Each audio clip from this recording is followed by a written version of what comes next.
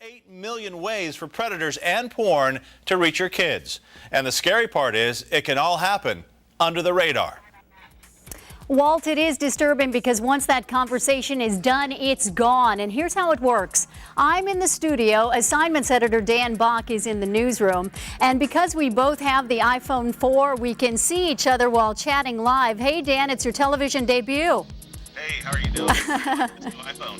I like it. I like it. And while this kind of chatting is very useful and also unique, parents need to realize it can also open the door to predators. Again, in so many cases, this technology could be wonderful. Apple sells it by showing a soldier overseas looking at his unborn child in the womb. But legal experts say it's troubling because unlike sexy texting, this could be much harder for parents to monitor. The 33's Don Tongish joins us live with this cutting-edge approach.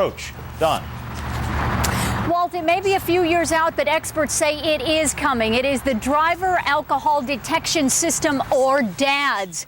And with those devices, with just a touch of your steering wheel, even just breathing, your car may actually be able to know. Compare this idea to seat belts. They were first required in cars in the 60s, but really didn't catch on for about 20 years when those mandatory seatbelt laws went into effect. But still, the mandatory breathalyzers seem to have a long way to go because opinion polls show that less than half of Americans support them, and that could be a deal breaker.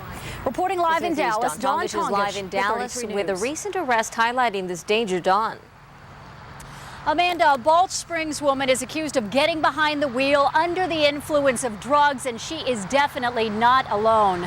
Statistics show a 5% increase in the number of fatal crashes related to drug driving in recent years.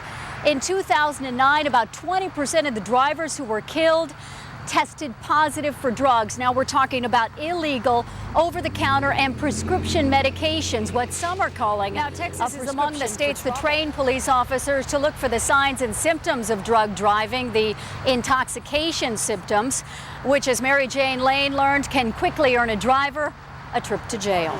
Reporting live in Dallas, Don Tongish for driving drunk, but it happens. The 33's Don Tongish is live with more. Don.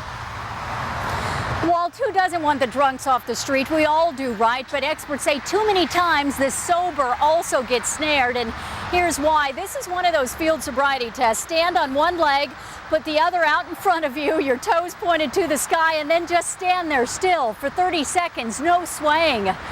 Well, could you do it? A Dallas man couldn't, and so he found himself in jail, accused of that drunk driving charge was dropped against Hammock. He says it was still awfully expensive. He had to get his car out of the impound lot, and he still faces those traffic violations. We did email and call the Dallas Police Department. Authorities there did not respond. Rain wraps are hard to see. We have team coverage of the storms right now. Don Tongish is in Tarrant County. Charles Bassett is at DFW Airport. First, Don, what are you seeing out there? Well, Walt, this may be the calm before the big storm that Rebecca is talking about. We are near Texas Motor Speedway at the Denton-Tarrant County lines, and I can tell you we've seen some significant changes in the past hour or so. When we pulled up out here, actually some blue skies, well, all of those have now disappeared. You can see off to the west some dark clouds developing out here, and the wind has really picked up. Of course, we are watching those storms to the west that, as Rebecca talked about, have packed some violent weather with the hail and the wind and the rain. Those could be headed our way, an extreme threat tonight, and that means that people out there need to be prepared at this time. Of course, we all hear it, and we think it'll never happen to us, but tell it to the people in Joplin, Missouri.